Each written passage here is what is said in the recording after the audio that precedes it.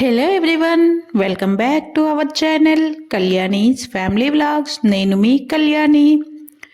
నేను రీసెంట్గా షేర్ చేసిన ఒక షార్ట్ వీడియోలో ఇలా చింతపండుతో మా అమ్మ అయితే నిల్వ చేయడం ఎలాగో చూపించారు కదా, దాని గురించి అయితే అడుగుతున్నారు. సో నేను అది ఫుల్ వీడియోలో మీకు ఇలా చూపించాలనేసి అయితే చేస్తున్నాను.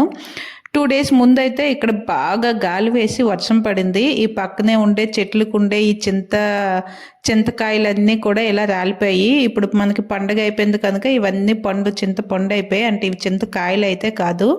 సో బాగా చెట్లోనే ఉండిపోయి వాటిని ఎవరు ఇక్కడ దింపించడం గట్రా ఎవరు చేయరు కదా. సో గాలికి పడిపోయి అవి బాగా పండిపోయి బాగా ఎండిపోయి కూడా అవి ఇంకా ఎందుకు వేస్ట్ చేయడం అని చెప్పి మా అమ్మ వీటిని పిక్కలు తీసుకుంటే పండు నల్లగా అయిపోతుంది, ఇంట్లో పిల్లలు ఇలాగే చారు కొంచెం కలర్ చేంజ్ అయినా తినట్లేదు కదా, నేను మంచిగా స్టోర్ చేస్తాను చూపిస్తాను, అన్నీ ఒలిచేద్దాం దా కూర్చో అనేసి అంటే ఇంకా ఫస్ట్ కూర్చొని అయితే వాటి ఆ తొక్కలన్నీ కూడా ఒలిచేసి పండునైతే తీసుకున్నాం. చూస్తున్నారు కదా, చింతపండు చాలా మంచిగా చాలా బాగా ఉన్నది. ఇలా ఉన్న చింతపండుని అంతా ఒలిచిన తర్వాత ఆ డే మొత్తం అలా ఎండలో వదిలేసాము.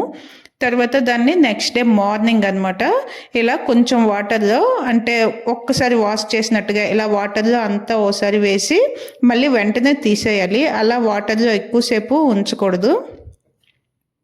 అంటే ఇక్కడ చింతపండునేమి మనం వాష్ చేయడానికని వేయట్లేదు, జస్ట్ అది తడవాలి అంతే. ఇలా చింతపండు మొత్తం తడిసేలాగా ఒక్కసారి డిప్ చేసుకొని దానిని ఒక పళ్ళెంలోకి తీసుకోవాలి. ఇక్కడ మేమైతే దీన్ని బయట ఎండబెట్టాలి కనుక సో ఇలా అంతా పండునంతా ఇలా తడుపుకున్న తర్వాత మళ్ళీ అదే కవర్లోకి వేసి దీంట్లో మిక్స్ చేసుకోవడానికి ఉప్పు పసుపు అన్నీ పట్టుకొని బయటకు అయితే వచ్చేసాము. సేమ్ ఇదే ప్రాసెస్. అంటే ఊర్లో మా అమ్మ అక్కడ మనకి రోకళ్ళు అన్నీ ఉంటాయి కదా, వాటితో ఈ చింతపండుని కొంచెం దంచుకుంటారనమాట ఉప్పు పసుపు వేసి. సో ఇక్కడ మనకు అవన్నీ లేవు కనుక చేతులతోనే చేయడాన్ని అయితే చూపిస్తున్నాను. ఇలా అన్ని పండంతా చూసారు కదా, ఇలా ఒకసారి తడిపిన తర్వాత దాన్ని ఇలా కవర్లోకి తీసుకొని బయట ఎండలోకి అయితే వచ్చేసి కింద ఏదైనా మనకి అంటే ఏదైనా కవర్ కానీ లేదా ఏదైనా మ్యాటు లేదా ప్లేటు పళ్ళెం ఏవి ఉంటే అవి ఇలా వేసుకోవాలి.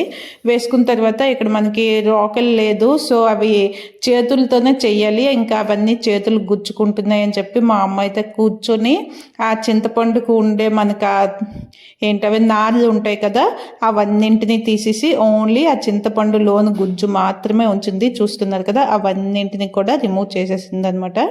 ఇలా రిమూవ్ చేసుకున్న తర్వాత పండు అంతటిని కూడా 2 చేతులతో బాగా స్మాష్ చేసుకోవాలి. చాలా మెత్తగా పిసికి చాలా మెత్తగా చేసుకోవాలి. చింతపండుని ఇలా చేసి స్టోర్ చేసుకోవడం వల్ల 3 బెనిఫిట్స్ అయితే ఉంటాయి. ఒకటి ఏంటంటే మనకి ఫ్రిడ్జ్లో పెట్టుకోవాల్సిన పని ఉండదు. మనం దీన్ని నార్మల్ డబ్బాలో బయటే పెట్టుకోవచ్చు, ఫ్రిడ్జ్లో పెట్టకూడదు. నెక్స్ట్ అలాగే చింతపండు అయితే అస్సలు కలర్ చేంజ్ అవ్వదు. మనం ఇప్పుడు ఎలా అయితే చింతపండు ఉంటుందో కలరు అలాగే ఉంటుంది. మనం నార్మల్గా పిక్కలు తీసిన చింతపండు ఉంటుంది కదా, అదైతే చూసారా కలర్ అనేది నల్లగా అయిపోతుంది ఒక 2-3 months తర్వాత. ఇదైతే అలా కలర్ చేంజ్ అవ్వదు. నెక్స్ట్ వచ్చేసి ఇది ఓన్లీ ఒక 1 year కాదు, ఎన్ని ఇయర్స్ అయినా కూడా చాలా మంచిగా అంటే స్టోర్ చేసుకోవచ్చు. దీనికి ఎటువంటి పురుగు పట్టదు. దానికోసం మెయిన్ రీజన్ వచ్చేసి చూస్తున్నారు కదా, వీటిని ఇలా ఉండలుగా చేసుకునేటప్పుడు దీంట్లో కళ్ళ ఉప్పు అంటాం కదా, రాళ్ళ ఉప్పు, ఆ ఉప్పుని కొంచెం ఎక్కువగా ఆ ఉప్పు వేసి వీటిని ఇలా ఉప్పు దాంతోపాటు పసుపు ఈ రెండింటిని కూడా వేసి బాగా మిక్స్ చేసుకొని ఇలా ఉండలు చేసేస్తారనమాట. వీటిని మంచిగా ఎండ ఉంటే ఒక 2 days, లేదంటే ఇక్కడ మాకు ఎండ కొంచెం ఎక్కువగా రావట్లేదు, సో మేము ఒక 5-6 days వరకు అలా, అంటే వీటికి కరెక్ట్గా ఒక 2 hours ఎండ తగులుతుంది అనమాట. అందుకని చెప్పి మేము ఒక 4 days 5 days ఎండలో పెట్టుకున్నాము. ఇలా ఎండలో పెట్టుకున్న తర్వాత ఒక డబ్బాలో స్టోర్ చేసుకుంటే ఎన్ని ఇయర్స్ అయినా ఉంటుంది. సో మీకు ఎవరికైనా అవసరం అనుకుంటే తప్పకుండా ఇలా చేసుకోండి, మంచిగా నిల్వ చేసుకోవచ్చు.